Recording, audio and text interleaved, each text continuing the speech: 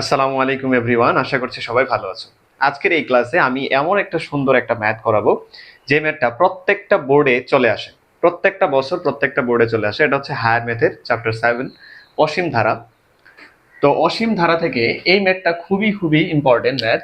যে এরকম সংখ্যা দেওয়া থাকে 3+3 3+3 3 এরকম এরকম থাকতে পারে 4+4 4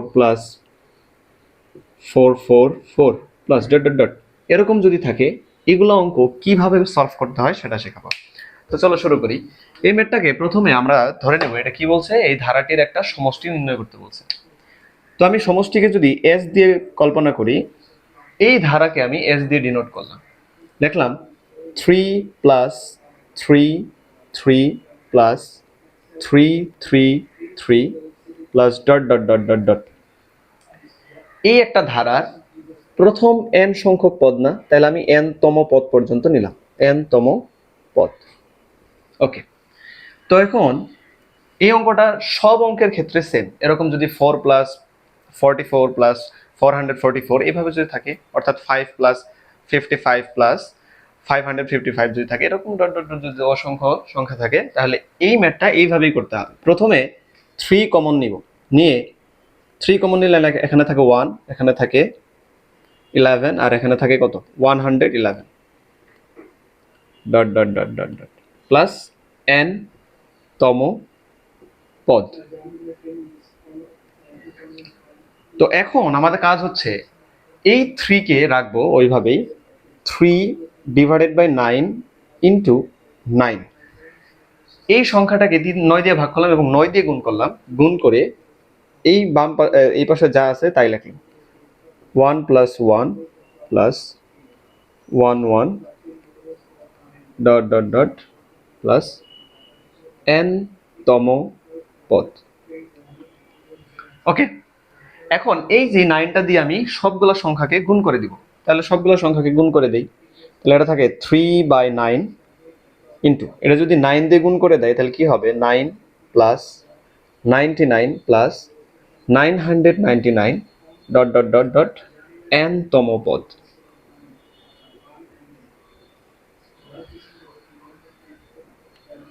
এখন এই 9 কে আমরা কি লিখতে পারি?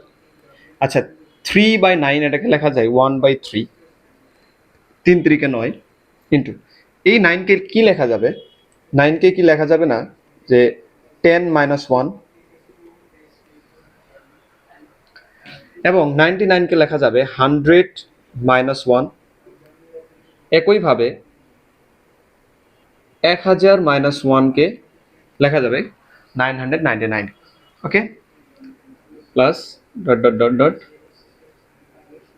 এন তম পদ।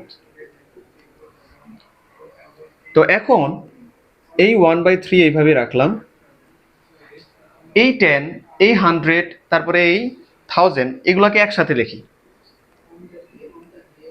10 + 100 + 1000 plus dot dot dot dot n তম পদ। আবার দেখো প্রত্যেকটা ক্ষেত্রে কি আছে, -1 -1 -1। তো এখানেও -1, এখানেও -1, এখানেও -1। আমি যদি এখানে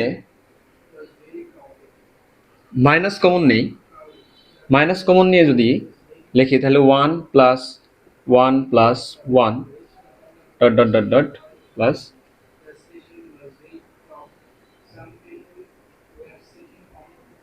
এন তম পদ। এটা কি এইভাবে লেখা যায় না? এই 10, এই 100, এই 1000 কে একসাথে লিখছি, এটাও তো এন সংখ্যক পদ পর্যন্ত আছে, তাহলে এন সংখ্যক পদ পর্যন্ত লিখছি। মাইনাস এই যে -1 -1 -1, তাহলে মাইনাস কমন নিলে তাহলে +1 + 1 + 1, এগুলা এন সংখ্যক পদ পর্যন্ত আছে। তো এখন আমরা একটা ফর্মুলা জানি কি, এটা একটা গুণোত্তর ধারা। কিরকম গুণোত্তর ধারা আমরা একটু দেখি। এই যে দ্বিতীয় পদ ডিভাইডেড বাই প্রথম পদ কত আসে, 10। তৃতীয় পদ ডিভাইডেড বাই দ্বিতীয় পদ, এটাও 10 আছে। তার মানে সাধারণ অনুপাত হচ্ছে 10। এই সাধারণ অনুপাত যদি 10 হয়, এটা 1-এর থেকে বড় নাকি ছোট? সাধারণ অনুপাত 1-এর থেকে বড়। এখন সাধারণ অনুপাতের উপরে ডিপেন্ড করে দুইটা ফর্মুলা আছে গুণোত্তর ধারার ক্ষেত্রে সমষ্টি নির্ণয়ের জন্য। এটা হচ্ছে যখন আর এর মান একের থেকে ছোট a into one minus r to the power n divided by one minus r. আর একইভাবে আর যখন বড় হবে a into r to the power N minus one divided by r minus one. তো এখন এখানে আর এর মান হচ্ছে কি ওয়ানের থেকে বড়, এই জন্য আমি ফর্মুলা অনুসারে যদি লিখি এর মান কত, এখানে প্রথম পদ 10, আর এর মানও 10 to the power N minus one divided by 10 minus one. এটা এইভাবে রাখি মাইনাস এই এককে যদি আমি এন সংখ্যক পদ পর্যন্ত হিসাব করি তাহলে মান কত আসবে এনই, কারণ কি 1 যোগ 1 যোগ 1, এরকম যদি 101 যদি যোগ করি তাহলে মান কত 1, 100 মান হচ্ছে 100, 100টা 1 যদি যোগ করি তাহলে মান হবে 100, তাহলে এন সংখ্যক 1 যদি যোগ করি তাহলে এর মান হবে এন। তো এখন এই জিনিসটা দিয়ে সবগুলাকে গুণ করে দিবা, গুণ করে দিলে কি হবে, এখানে থাকবে কত 10 মাইনাস 1 হচ্ছে 9, তাহলে 3 নং 27, আর এই যে 1 আর 10 গুণ করলে 10 ইন্টু এখানে আছে 10 to the power n minus 1, এই 1/3 দিয়ে যদি n কে গুণ করি তাহলে হবে 1/3 ইন্টু n। এটাই হচ্ছে তোমার অ্যান্সার। একইভাবে আমরা কিন্তু এইগুলো অঙ্ক করতে পারবো 7 plus 7 7 plus 7 7 plus dot dot dot, এরকম ধারা 8 plus 8 8 plus 8 8 8 dot dot dot, তারপরে হইতে পারে 4 plus 4 4 plus 4 4 4 dot dot dot. এরকম ধারা থাকলে আমরা এই ফরম্যাটে সবগুলো অঙ্ক করতে পারবো। তো আজকে এই পর্যন্তই, ভালো থাকো, আল্লাহ হাফেজ।